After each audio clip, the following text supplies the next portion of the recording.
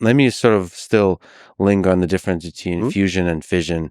What are some advantages at a high level of nuclear fusion as a source of energy? Fundamentally, as a source of energy, in fusion, you're taking these lightweight isotopes, you're bringing them together, you're releasing energy, and that energy is in the form of charged particles. It's already in the form of electricity. Fusion itself has electricity built into it without a lot of the steam or thermal system requirements. And so that's a really nice fundamental benefit of fusion itself. Also, this reaction that's really hard to do turns itself off. So you end up with the fusion is fundamentally safe. And that's really a key requirement of any industrial system is that it turns itself off and is safe. You turn the key off on your car, you know it's going to turn off. I guess the flip side of that, just sort of stating the obvious, but it's nice to lay it out. For nuclear fission, it's chain reaction, so it's hard to shut off. And it works by boiling water into steam, which spins turbines and produces electricity. Can you talk through this process in a nuclear fission reactor?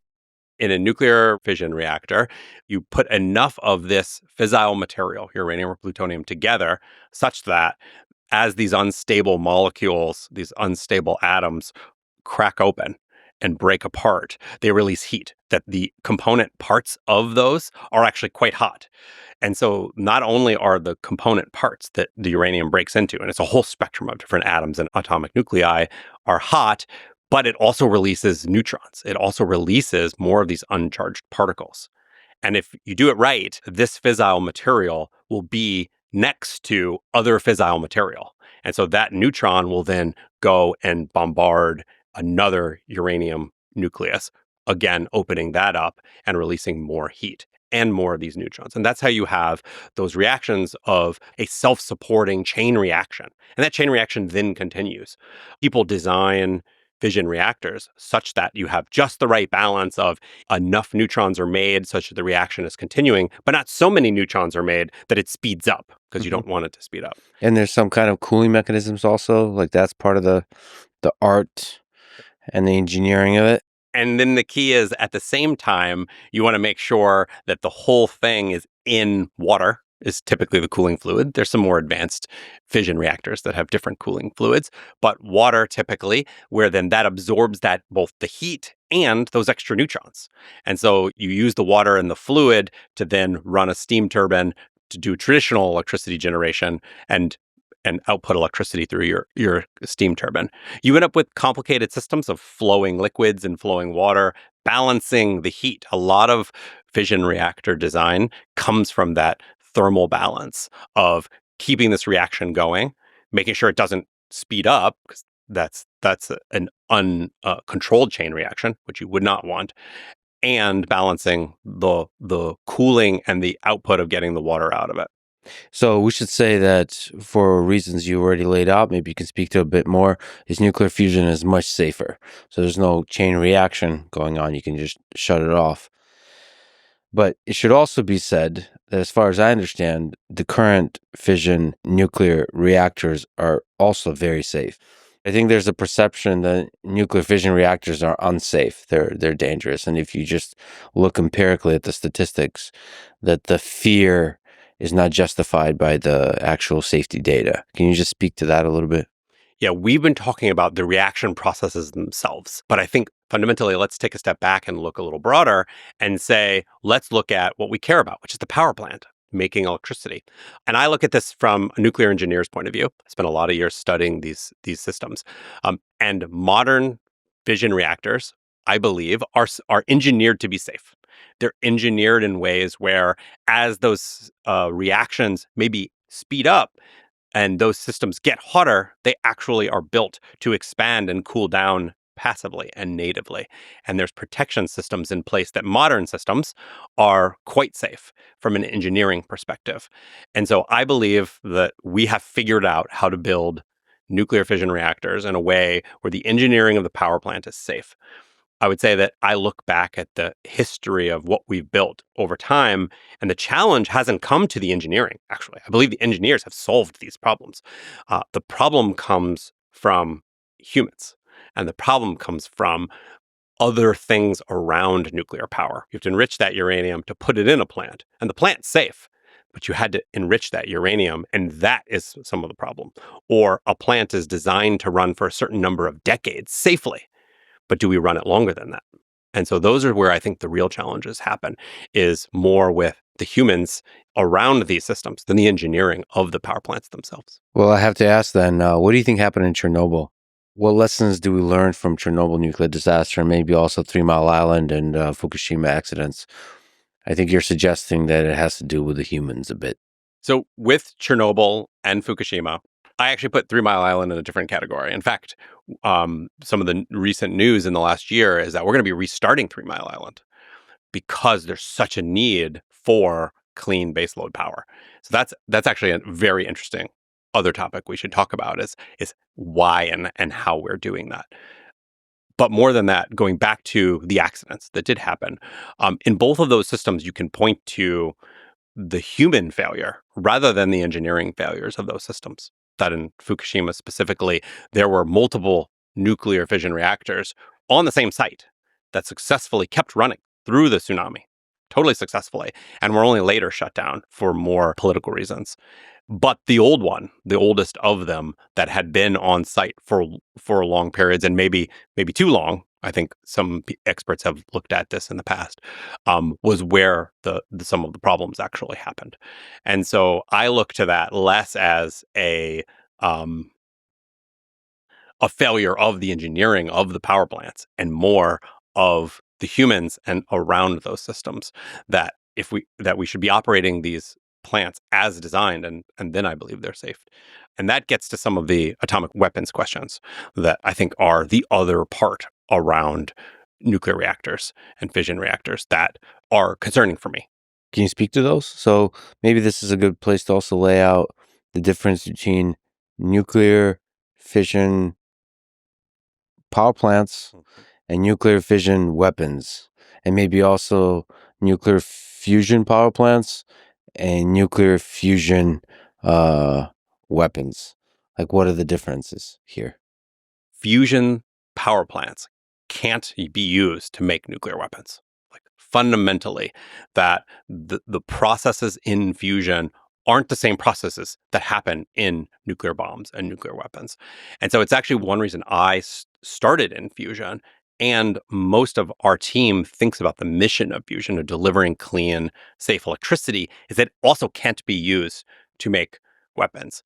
And I think that's a little bit of a distinction from traditional nuclear fission reactors, is that while I totally believe as a nuclear engineer, we build power plants now that are safe, that aren't going to have reactions. They use a fuel, uranium and plutonium, that can be used to be made to make nuclear weapons. That we know that if you take enough fissile material together, enough uranium and plutonium, put it in a small volume, that it will not just create a reaction, but it will create a supercritical reaction that will then continue and grow and release a tremendous amount of energy all at once. And that is a bomb. That is a bad situation. And that is what we want to avoid. A lot of the key is recognizing that even though there are things called fusion bombs, the H bomb, the hydrogen bomb has uranium in it. It's still a fission bomb. And so how this fundamentally works is that you have a fission reaction, a primary, and that creates radiation that induces a fusion reaction with a small amount of fusion fuel that then boosts that uranium reaction again.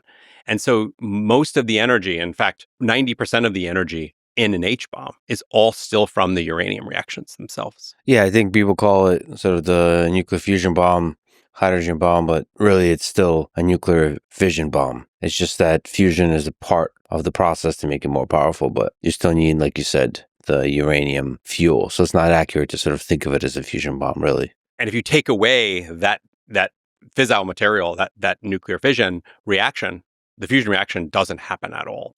In fact, there's been researchers that have over the decades tried to make an all fusion bomb and been very unsuccessful at it. The physics and the engineering don't support it can ever happen with our understanding today. The topic we're talking about is more broadly called proliferation. And this is the creation of nuclear weapons in the world and the distribution of those weapons. And something we know as physicists and engineers is that fusion can't be used to make nuclear weapons. We know that. But that is not sort of widely known. And part of what we went out to do is work with the proliferation experts in the world, the people who work to prevent nuclear weapons from being made, being created, being shared throughout the world, because we know the challenges, that the geopolitical challenges that happen. And we went to those proliferation experts, and we were worried they would have the sort of the same historical question of like, well, the word nuclear is in fusion, so therefore it must be related. And in fact, the total opposite happened. What they told us is, please go develop fusion power plants absolutely as fast as possible. The world needs this. And the proliferation experts were telling us that otherwise people would start enriching uranium throughout the world. And we'd be building enriched uranium power plants because we need the electricity that's clean and baseload. But in those processes, they'll be making fuel that could be one day used for atomic weapons, for nuclear weapons. And they were worried that the growth of this enriched uranium, think about the centrifuges, that having a lot more centrifuges happening all over the world would lead to more weapons, at least the possibility of it. And so they are pushing us as fast as possible. Go build fusion generators and get them deployed everywhere, not that's just in the United States, but all over the world, so that we're building fusion power. And that's meeting humanity's needs, not this other thing.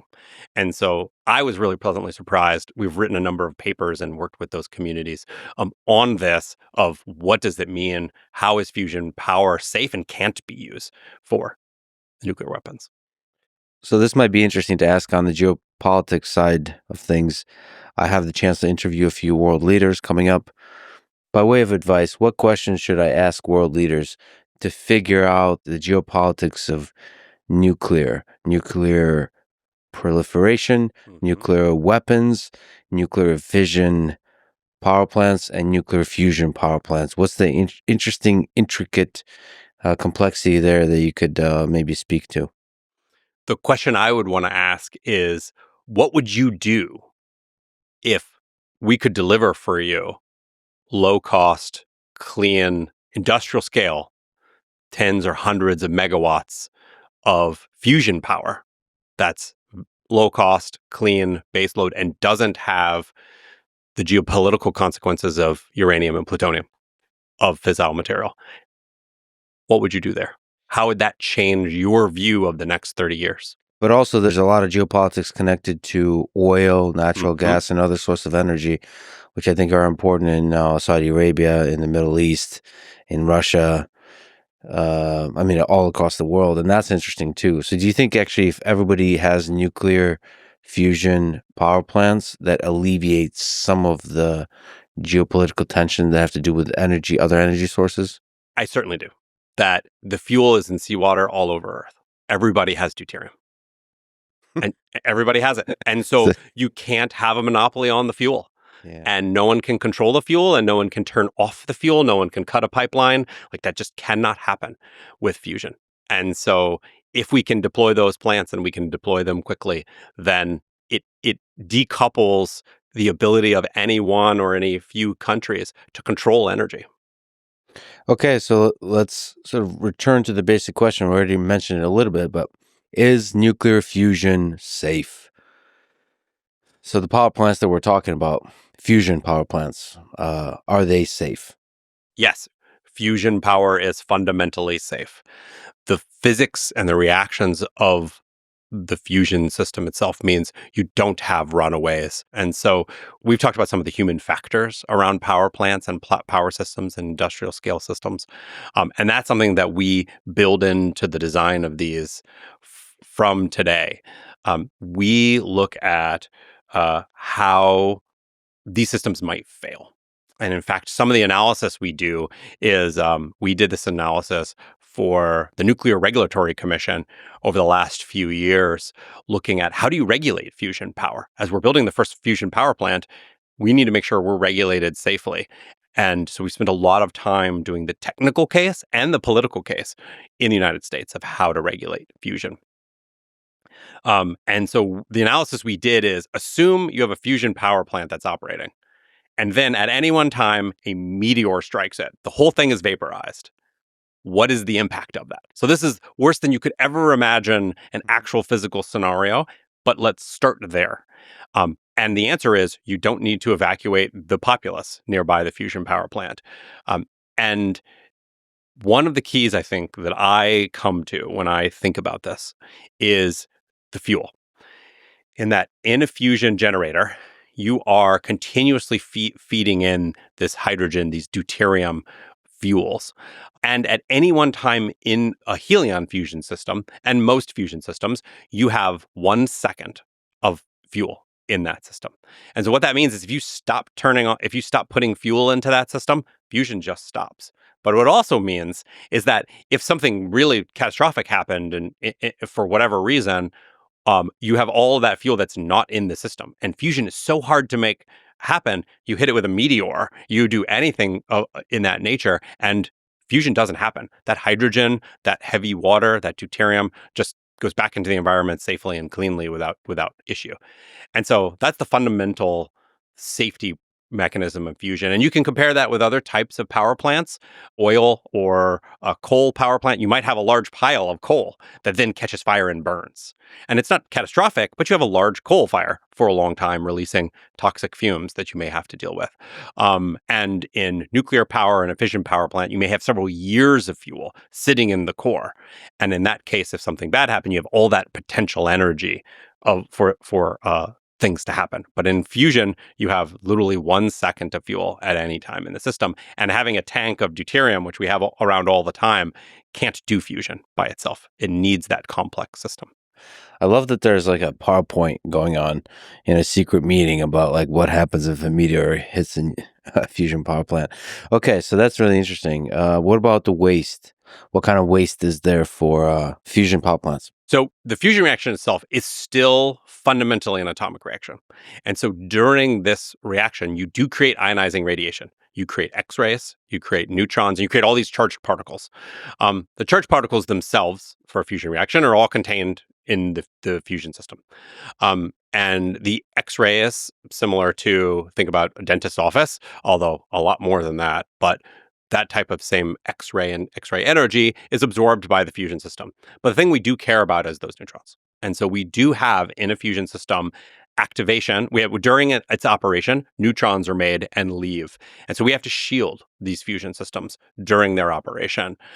And so this is very similar. And in fact, this is a lot of the work we did with the Nuclear Regulatory Commission over the last number of years. That there was a landmark agreement that happened for the NRC that then was codified into law last year called the Advance Act, which is really powerful because it says for the very first time how the US government, leading the way on this, which I'm really proud of, will regulate fusion. And this gets into a little bit of the details, but the way the Nuclear Regulatory Commission regulates nuclear things in the United States is in these different sets of statutes. And nuclear reactors are regulated under something what's called Part 50. And there's a lot of variety of the regulatory language around that, but most of it is to handle special nuclear materials, uranium and plutonium. But fusion is not. Fusion is regulated under something called Part 30.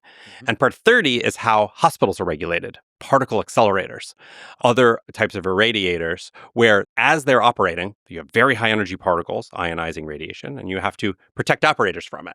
And you have to shield them. And so we build concrete shields. And if you came and visited Helion, you would see plastic, borated polyethylene, and concrete shielding to protect operators and equipment from the fusion reactions while they're happening. But again, you turn them off and those fusion reactions stop. And that's really the key. There's a funny story related to that. We've been building fusion systems that do fusion a long time. And at some level, they got powerful enough, doing enough fusion. We started building these shields and shielding them like a particle accelerator. And I went to the regulatory bodies that regulate Part 30. This is in Washington State. It's the Department of Health.